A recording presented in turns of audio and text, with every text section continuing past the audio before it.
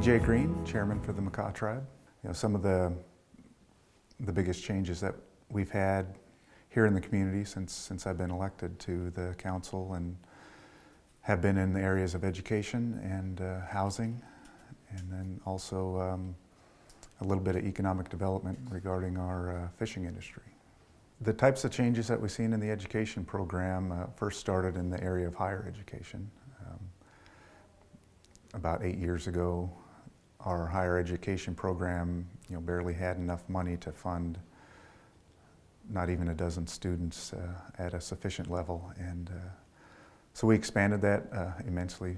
Probably $200,000 or $300,000 we added to that program initially, and that enabled what we saw was a better return on kids graduating and staying in school, a higher retention in college or certificate programs that they were attending.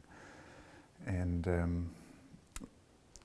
after about 3 or 4 years of success in funding the higher education, we looked at moving towards making an impact on early childhood education.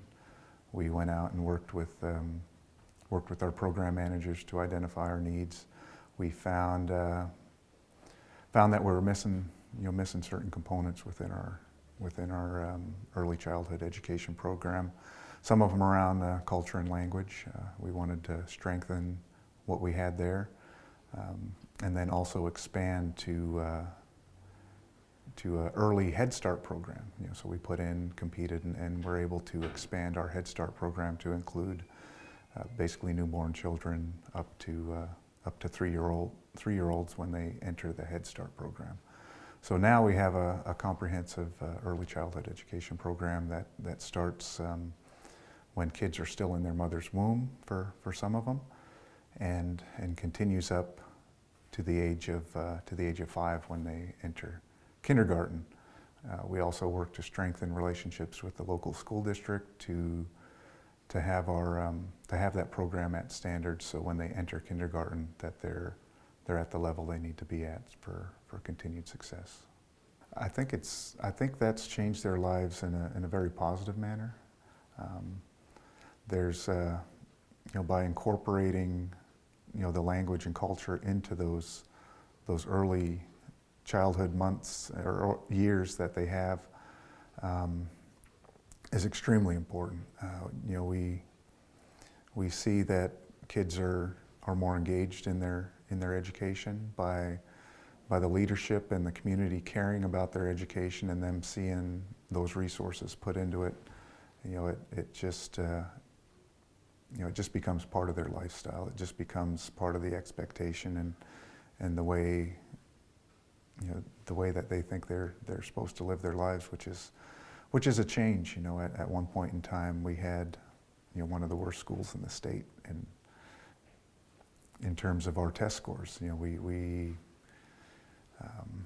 I think it was maybe mid-2000s, between 2005, 2010 sometime, that's where we're at in our education process, and the community just came together along with the tribal leadership and the education professionals in that realm, and said, that's not acceptable. What can we do to change it? So in the end, what we're seeing is students that are graduating college with bachelors, with masters, and coming home to fill jobs that are needed in the community, and that's great.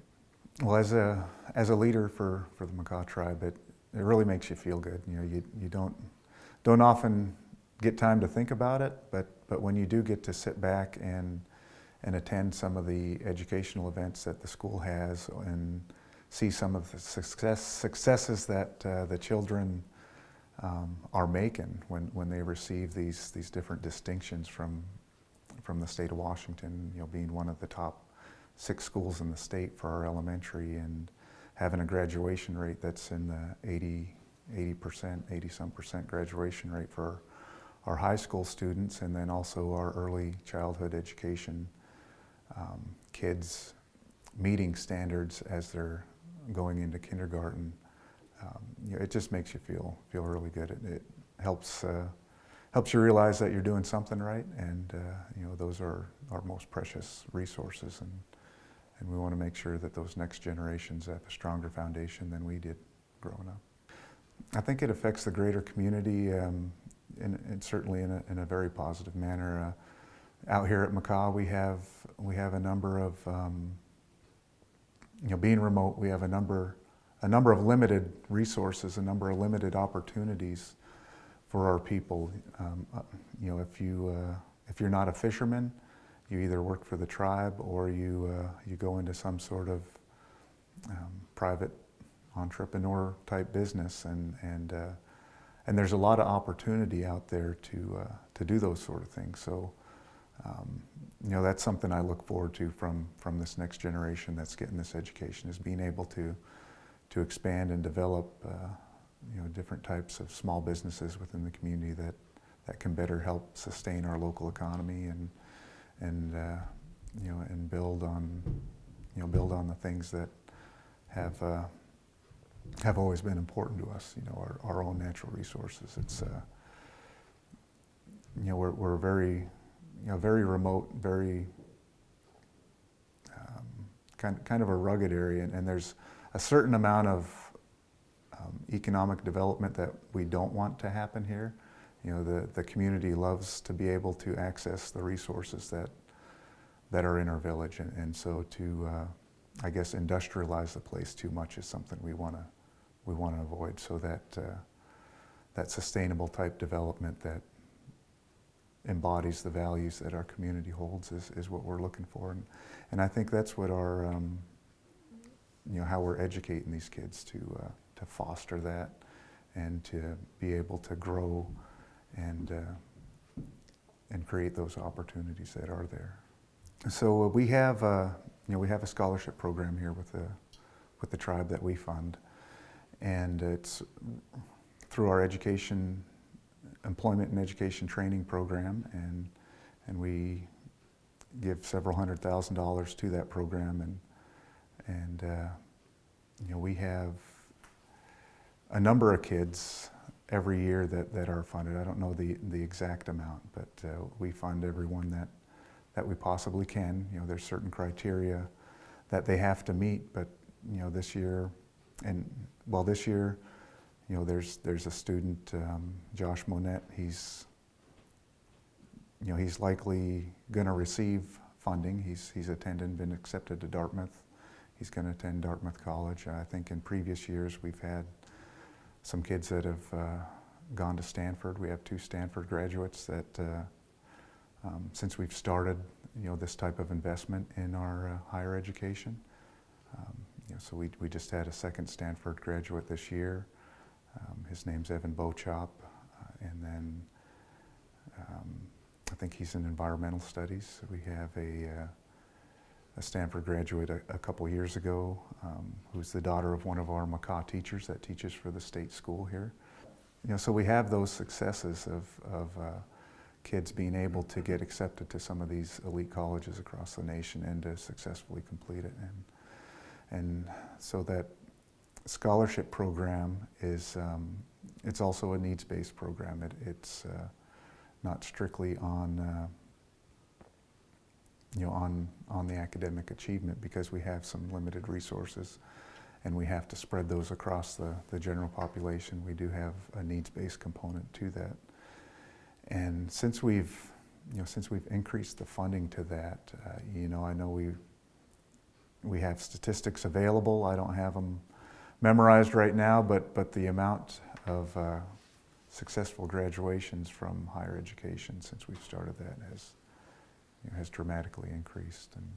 And one of the Makah Tribe's priorities is to increase broadband capability to the community, and we went through a process of identifying what are our capabilities, and that wasn't too hard to do. We had DSL, and that was it. And we're oversubscribed. Our community's oversubscribed with DSL lines, and what that means is that for our community members here, their internet speed is slower than dial-up. And so several years back, we made it a priority to bring broadband into the community. And we developed a tech team. We have a tech team made up of, it's a cooperative committee basically, made up of people from the school district, people from our Sophie Tredevick Indian Health Center, and people that work for the tribal organization, and they advise the council on what the best routes are to move forward on bringing broadband in. So about 4 years ago, the tribe made an investment of several $100,000 to lay a fiber backbone throughout the community, from the tribal offices that we're at now, traveling about 5 miles to another location at our forestry building, where we plan to microwave in a signal to light up that fiber backbone. The fiber backbone sat dormant for well over a year until we were able to finalize the plans and put together a funding strategy to pay for that. And within the last year, we were able to light up that fiber backbone, as well as connect our school by microwave to that system, so they have that broadband capability. And one of the things that was really critical for our education system is, and how that lack of connectivity was affecting education, was the testing requirements that the state of Washington has for schools. There were a number of times that the school system would just crash because of the number of kids that would be accessing the internet. So the school had to develop a plan, and they got that down to a pretty detailed plan on how many people can be on the internet at that campus at any one time. And so they would be limited on the number of kids that could test. So when there was a state test that had to be done, all the teachers in every other class would be restricted from using the internet, and they would send 6 to 10 kids in to get this test done, and they would have to arrange their schedules around that restriction. And they did this for a number of years, and there was new testing guidelines that came out within this last year by the state, that these tests had to be completed online, and the only way that our school could accomplish doing that would be to bus our children to the next school nearby, which is about 20 miles down the road, and it's kind of a treacherous road, and during winter months, that's a hazard to our children, and so that put it on a pretty high priority for us to get done, and with the academic achievement that our kids were having at the time, it made it a great sell to those partners out there that could help us with that. Our local congressmen and senators, and our state congressmen and state senators, as well as the Bureau of Indian Affairs is where some of the money to complete the microwave system eventually came from. And what we did was we worked with Jamestown. Jamestown has a company called JNet, and they received some bandwidth through NOAANet, and we struck a deal with them. They worked with us. It was very great to work with. It lended their expertise, some of it without a charge. So being able to work tribe to tribe had some great benefits with them, and we were able to put up the equipment to microwave. I can't even remember. I think it's 100 gigabytes from the Elwha radio tower. Elwha has a radio tower. We also did it. They were very great to work with, to be able to get the lease space on their tower, and so we're microwaving 100 gigabytes from Elwha to the Makah Reservation for distribution through our community, and we currently we're not even using 10 of that, but we started big because we know we have to grow, And so some of that goes to the school, some of that goes to the tribal center, but we still have a number of facilities that we do need to connect, to that broadband service. A number of departments within the tribe have offices that are not located on the main campus, and so connectivity is still an issue. We still have it as a priority. It's one of our top 3 priorities. So how the children are using the broadband in our education system it's just pretty amazing what those kids can do. So it's not only for the testing, but what they're able to do now when it comes to assignments. They're able to get on the internet, do their research, and write their papers, and it just really enhances their educational experience, because that's where the world is right now. That's where things are moving towards is technology and education, and with that being one of the Makah Tribe's priorities, it's certainly essential that we're able to make that happen for them. I actually have a personal story just came to mind regarding children. I have a daughter. I have many daughters, but one of my daughters, she's in she's in some of the advanced classes. She does the running start, and she was been taking online classes, I believe since her freshman year in high school, and she was not allowed to do her work at school because of the restrictions on the internet and internet use and access to that. And so she would have to come home, and unfortunately at home we only have DSL, and so she wasn't able to do her work at home either during the day. She had to learn herself when were the best times of the day, of the week, to get her work completed and downloaded so she could send it to her teacher online and get credit for it. She did that for a couple of years. And now with this connectivity that we have at the school, she's going to be a senior this next year, and in the Running Start program, she's not going to have those challenges. And as a 14, 15, 16-year-old kid going through high school to have to deal with those sort of things, I just really, really commend her for the work she's done and where she's gotten in that. And the top 3 priorities that the tribe has had is ocean policy is one of them.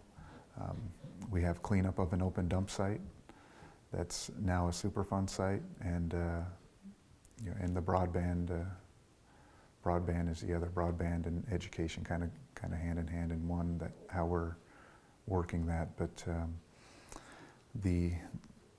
regarding ocean policy, we do a lot of work. We're ocean-going people. Our treaty is focused on ocean resources.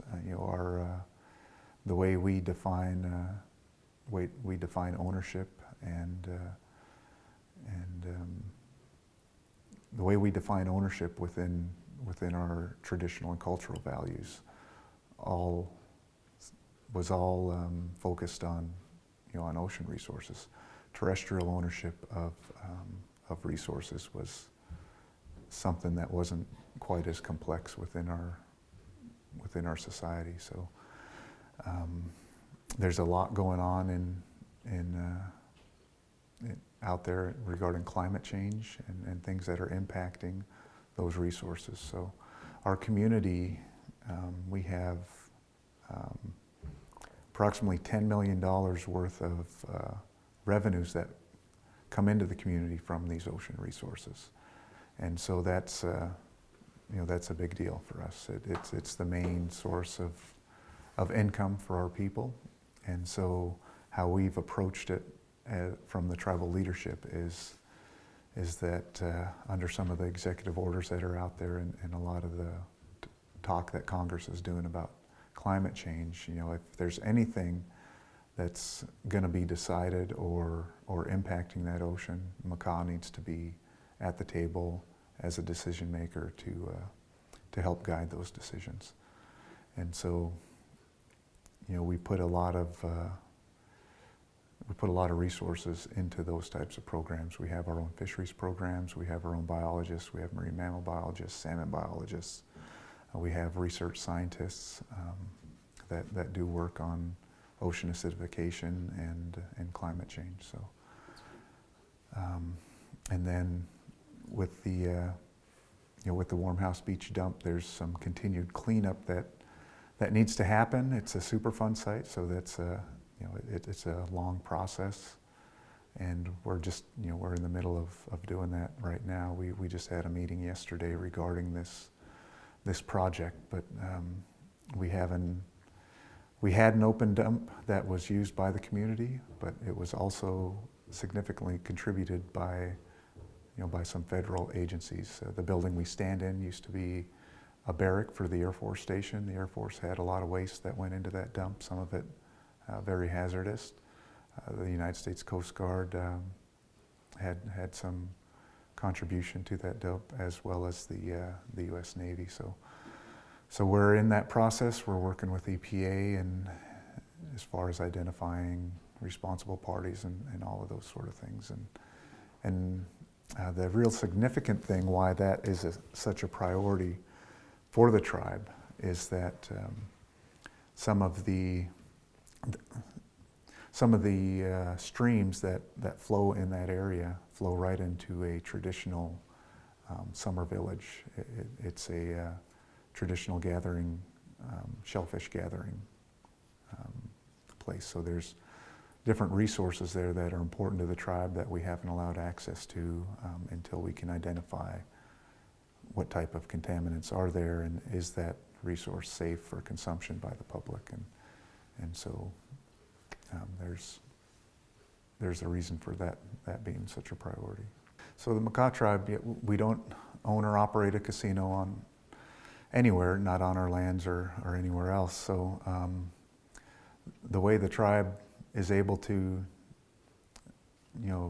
I guess number one, provide for its community is through those ocean resources, and then also the the functions of the government. There's almost 300 full-time employees that work for the tribe, and in order to fund those employees, there's a significant amount of revenue that comes through leases that the tribe has on its slot allocations, its permits with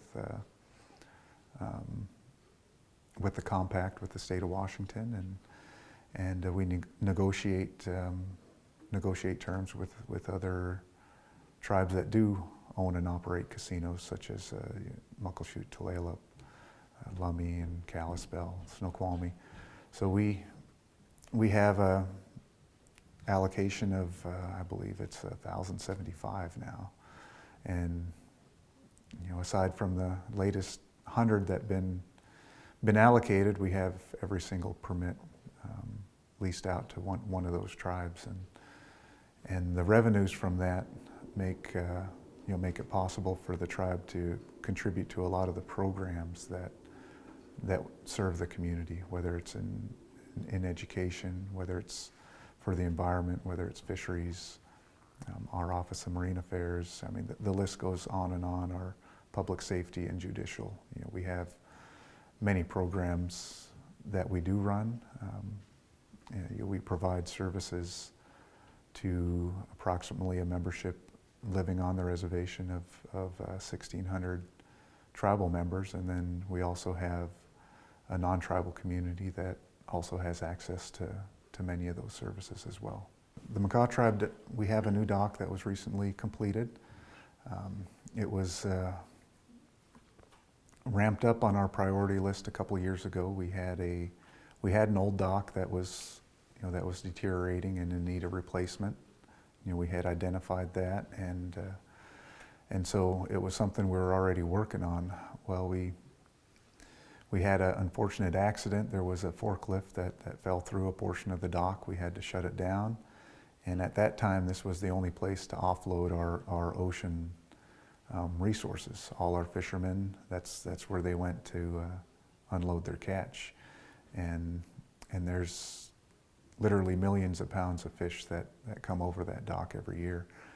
And so we had to, scramble and set up some temporary offload stations, and then also put the construction of a new dock on the priority list. Fortunately, at that time, the tribe had some money sitting in our accounts from a settlement with the federal government over trust mismanagement of resources, and being such a high priority, we prioritized or we allocated nearly $12 million to that project to get it done. That's how important it was to the tribe. Some of the dock financing also came from the new market tax credit, and we really fast-tracked that project. We worked a lot of our partnerships and relationships to be able to get all the permitting and the construction done within a year, which was really unreal. The dock failed in August of I believe it was August of 2012. I could be wrong on that date, but the dock failed in August, and of the same year that dock failed, we had a contract signed and was beginning to remove that dock by December of that same year, and construction of the new dock started in March of the following year and was completed in October of that following year. So in just over a year's time, we tore out a 60-year-old creosote piling facility and put in its place a state-of-the-art concrete steel piling structure that's built to withstand a 9.0 earthquake, and then also put on a state-of-the-art ice machine to provide ice to the fleet, because in the fishing business you have to have ice if you're going to have a good product. And since then it's just been working wonderful. It's